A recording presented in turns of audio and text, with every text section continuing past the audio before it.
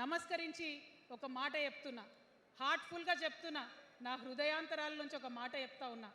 నేను తెలంగాణలో ఉన్న 3.5 కోట్ల మంది తెలంగాణ బిడ్డలందరికీ ఒక అమ్మగా పరిణితి చెందాలనుకుంటున్నా.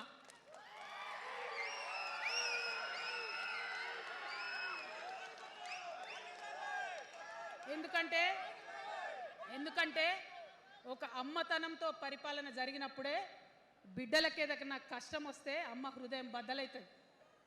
అటువంటి దుఃఖంతో పరిపాలన జరిగినప్పుడే, అటువంటి సంవేదనతో పరిపాలన జరిగినప్పుడే, అటువంటి ఆర్తితో పరిపాలన జరిగినప్పుడే రాష్ట్రం ముందుకు పోతుంది, రాష్ట్రంలో ఉన్న ప్రజల కష్టాలు తీరుతాయి. ఇవాళ ఎన్నిసార్లు ఎన్ని రకాలుగా ఆలోచన చేసినా మన తెలంగాణ రాష్ట్రంలో అనేక రోజుల నుంచి, అనేక సంవత్సరాల నుంచి ఒక భూస్వామ్య వ్యవస్థ నడిచింది. మనకు తెలుసు అనేక రకాల